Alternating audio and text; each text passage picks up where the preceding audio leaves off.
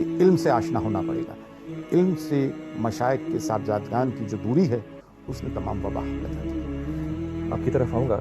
کتنی دکھ بھری یہ سکینہ بات ہے کہ جو ممبر ہے اس نے جوڑنے کا کام نہیں کیا اور مشائخ جو ہیں وہ پیسوں کی طرف چلے گئے اور جو رلنے والے لوگ ہیں وہ میں اور آپ رہ گئے. بسم اللہ. پارٹیسپیشن ہے وہ عوامل ہیں جن کو کہ ہم دیکھتے ہیں, ہم دلوں کے راز نہیں جان سکتے.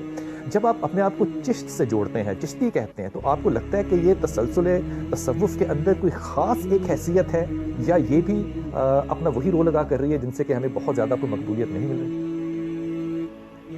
یعنی دیکھیے, خواجگان چشت کا جہاں تک آپ سوال کرتے ہیں تو یہ میں کہوں گا کہ جیسے کہ مولانا عبد الماجد دریابادی صاحب کی کتاب ہے تصوف اسلام, اور آپ دیوبندی المشرب تھے لیکن اولیاء کاملین کے بڑے ماننے والے تھے, بلکہ چشتی صابری تھے.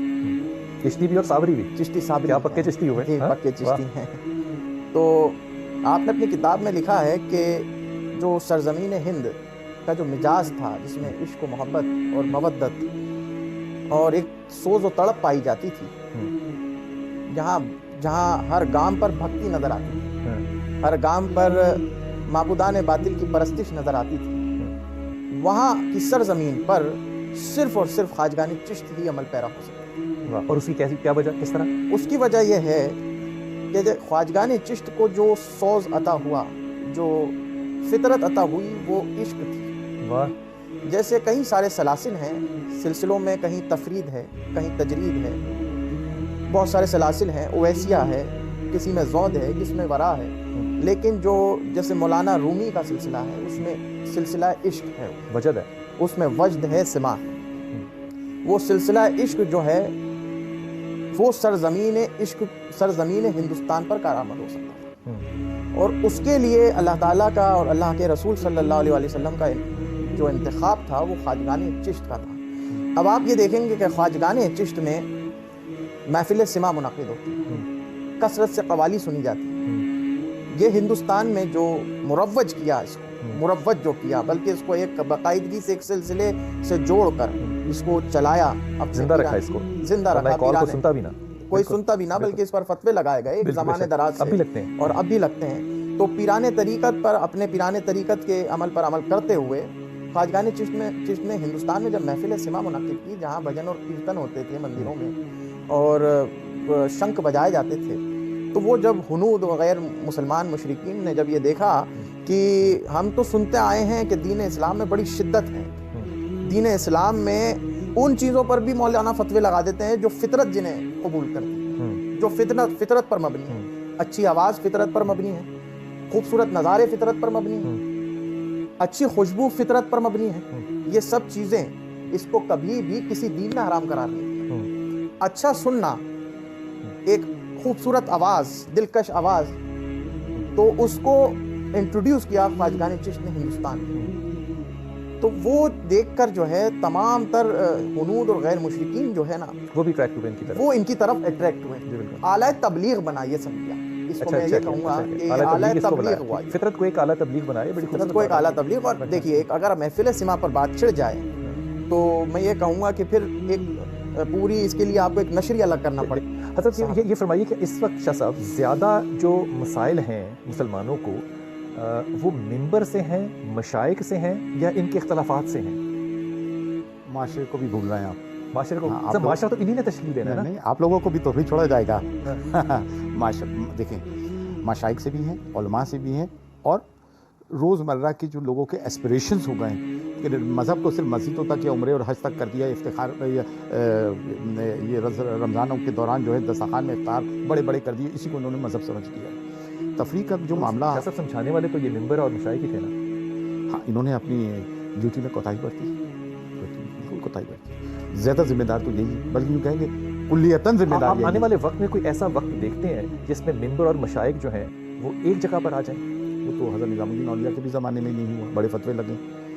تو یہ کبھی نہیں ہونا ہے. لیکن یہ ہے کہ لیکن یہ ہے کہ ہم کچھ معاملات میں ایک ہو سکتے ہیں, ایک جگہ بیٹھ سکتے ہیں. مثلا کن معاملات میں؟ دیکھیے, ایک میں بات بتاؤں, ایک بڑی عجیب بات کرنے میں جا رہا ہوں آپ سے. دیکھیے, مارکیٹ, ٹھیک ہے, آج پوری دنیا مارکیٹ میں, کارپوریٹ ورلڈ ہے, پوری دنیا کا پروڈکشن اور کنزمپشن والی بات ہے. جب پروڈکشن سرپلس ہو جاتا ہے تو اس کی جو چیزیں ہیں اشیاء ہیں اس کی ویلیو کم ہو جاتی ہے. مثلا ٹماٹر کی مارکیٹ میں ضرورت ہے 10 ٹن, وہ پیداوار ہو گئی 20 ٹن, تو وہ 10 روپے کلو سے 5 روپے کلو آ جائے گا. تو آپ کا خیال ہے ممبر والے لوگ زیادہ کر رہے ہیں؟ ہاں نہیں سر, معاشرے میں اگر عالم کی ضرورت 100 کی تھی تو وہ 10,000 پیدا ہو گئے. تو آپ سمجھ نہیں رہے, تو جو میں سمجھنا ہی نہیں چاہ رہا. تو پروڈکشن اتنا ہو گیا کہ وہ بیچارے علماء کی جو وقت تھی نا سر وہ تو کم ہونی چاہیے تھی, وہ کم ہو گئی اس چیز سے کہ سرپلس عالم پیدا ہو گئے. لیکن شاہ صاحب وہ جو اختلاف تھے وہ بڑھ گئے. وہ اختلاف یوں ہی تو بدلے نا, کتنے بڑھ گئے. ہر کوئی اپنی کموڈٹی بیچنے نکلا. اس نے کیا میری ریٹ 2 روپے کلو, انہوں نے کیا میری شاہ صاحب ایسا نہیں لگتا شاہ کلو. صاحب کہ ہماری وہ جو اختلافات ہیں وہ ضرورت سے زیادہ شاید اس لیے بڑھ گئے کہ ہماری تعلیم جو ہے وہ بتدریج بہت کم ہوتی چلی گئی. اس وقت بھی آپ دیکھیے تو سب کانٹیننٹ کے اندر تعلیم مسلمانوں کا ایک بہت بڑا کمزوری رہ گئی ہے. ہمارے پاس کیا ہے, جنہوں نے سیکولر ایجوکیشن لی انہوں نے ریلیجیس ایجوکیشن سے فارغ ہو گئے. یہ الگ ہونی چاہیے تھی, نہیں, اکٹھی ہونی چاہیے تھی. اسلام میں سیکولر ایجوکیشن دنیاوی تعلیم کا اور دینی تعلیم یہ 2 الگ چیزیں نہیں ہیں, یہ ایملگمیشن ہے اور both side of the world. ٹھیک ہے نا. اب سمرقند بخارا جو ہمارے سٹیڈل آف لرننگ ہے, ٹھیک ہے نا, جہاں سے حضور غریب بھی فارغ ہوئے, تو وہ دینی اور دنیاوی تعلیم کی تفریق نہیں ہوتی تھی, یہ کمپوزٹ ایجوکیشن ہوتی تھی. ہم نے 2 چیزیں دھڑے الگ کر دیے کہ یہ دینی تعلیم رہیں گے, مدارس ہیں جن کا سیکولر اور ماڈرن تو معاشرے میں 2 الگ شخصیتیں بن گئی. 2 الگ شخصیتیں بن گئی. تو جو سیکولر ایجوکیشن لے کر آئے وہ دین سے بالکل بے بہرا ہے, اور جو ریلیجیس ایجوکیشن لے کے رہے وہ عوام سے بالکل بے بہرا ہے. تو حضرت مشائخ جو ہیں کیا یہ عوامی لوگ ہیں؟ مشائخ عوامی لوگ ہیں, کیونکہ درگاہوں پہ عوام جاتی ہے, ہر طبقے کے لوگ جاتے ہیں, اور ان کو صاحب مزار سے والہانہ عقیدت ہوتی ہے, اور ان دونوں کے بیچ کی جو نسبت ہوتی ہے, کڑی ہوتی ہے, وسیلہ ہوتا ہے, وہ مشائخ ہوتے ہیں. تو مشائخ کا انٹریکشن بہت ہے. جیسے ہم لوگ ہیں اجمیر شریف والے, ہمارا کینوس بھی بہت براڈ ہے, ہمارا ویژن بھی بہت براڈ ہے. اس کی وجہ یہ کہ ہم سے ہمارے یہاں دیوبندی بھی آ رہا ہے, بریلوی بھی آ رہا ہے, اہل حدیث بھی آ رہا ہے, جمعیت کے لوگ بھی آ رہے ہیں, سکھ بھی آ رہا ہے, عیسائی بھی آ رہا ہے, ابھی تو آ رہے ہیں, یہودی سب بہت بڑی تعداد میں آتے ہیں, ہر مذہب و ملت کے آ رہے ہیں. جب تک آپ انٹریکٹ نہیں کریں گے, جب انٹریکٹ کرتے ہیں تو ان کی خوبیوں کا پتہ چلتا ہے اور ہماری خامیوں کا پتہ چلتا ہے. جب تک ہم دوسروں کی خوبیوں کا علم نہیں ہوگا اور ہماری خامیاں ہمارے سامنے ایکسپوز نہیں ہم کر پائیں گے, تو ہم وہ چیزوں کو اس اسٹیج پہ جا کے ممبر سے سوائے یہود اور نصارہ کی گالی بکنے کا کیا کام ہو رہا ہے مجھے بتائیں. جبکہ ہم تمام چیزیں تو ان کی یوز کر رہے ہیں. آپ بتائیں ان سچویشن جو گزری ہوئی صدیاں ہوئی ہیں اس میں ہماری کوئی ایک ڈسکوری ہے, کوئی ایک انوینشن ہے؟ آپ کہتے ہیں مائک پہ اذان مت دو, مائک پہ نماز. صاحب ہم نے اتنی بدعتیں ایجاد کر لی ہیں آپ سوچ ہی نہیں سکتے. ہماری ایجادوں میں بدعتیں بڑی شامل ہیں, ہر چیز کو ہم نے بدعت بنا دیا, کوئی محبت کی چیز نہیں چھوڑی کہ ہم کر سکیں. دیکھیے ہمارا تو جو ہے نا, ہم اب میں کیا بولوں, ہم دوسروں ہم یہ کہتے ہیں کہ ہم دنیا کی سب میں افضل ترین قوم ہے, تو ہمارے کہنے سے تھوڑی ہوگا. ہمارا ایک کیریکٹر ہوگا, اور ہم نے دنیا کو ان صدیوں میں ڈیلیور کیا کیا, کچھ بھی نہیں. دل دکھتا ہے صاحب. دیکھیے دل کی بات دکھنے کی کرتے ہیں, مجھے تو نیند نہیں آتی ہے اللہ کا, کیونکہ بر صغیر میں اسلام میرے اکابرین اور اسلاف نے پھیلایا. تو اگر آپ کے گھر میں درخت آپ نے لگایا اور اس میں دیمک لگے گی تو اس میں سب سے زیادہ تکلیف آپ کو ہوگی, نہ کہ اپنی اولاد کو, نہ اپنے پڑوسی کو, نہ کرایہ دار کو. تو اس اسلام نام کے شجر کے مالی یہ حضور غریب نواز نے پلانٹ کیا, اور اس کے ہم مالی ہے, اگر اس میں دیمک لگ رہی ہے تو سب سے زیادہ تکلیف خدا اس کو کبھی نہیں مکا. شاہ صاحب میں بہت ممنون ہوں, میں بہت ممنون ہوں آپ کا پہلی تشریف لائے. میں ادب سے ایک جملہ صرف کہہ رہا ہوں, جس صاحب نے کہا ان کی بات کو بڑھاتے ہوئے, پہلی دفعہ میں نے خانہ کعبہ کے غلاف کو جب ہاتھ لگایا ہوتی نا دنوں کی, آج ہمارے پاس بھی بڑی رحمت اور عظمت ہے, اس لیے کہ خواجہ اجمیر کا ہمیں ہمیشہ حسرت رہتی کہ ہم جائیں اور اپنے ہاتھوں سے ان کو وہاں پہ چومیں, لیکن یہ سعادت قسمت والوں کو ملتی ہے. آج ان کی نسبت